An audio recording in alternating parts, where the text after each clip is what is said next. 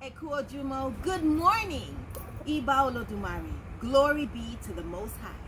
Today is August 29th, 2020, and today is Ogun Ochosi Orisha Oko Ija Worship Day.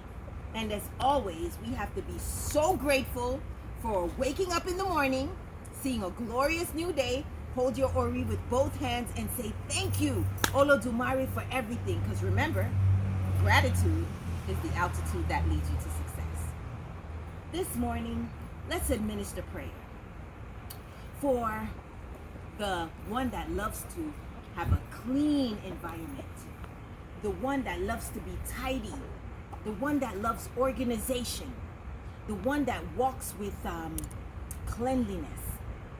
Let the energy of Ogun carry you far against your enemies, because the enemies of cleanliness cannot be next to goodness or godliness.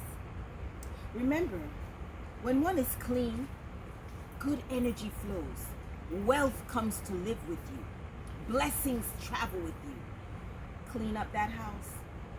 Organize that room. Organize that office. Get those paperworks together. Get all the files in order, because if it's disorganized and in disorder, so shall your life. Remember, everything that we do in our daily activities is what we attract in our spiritual realm.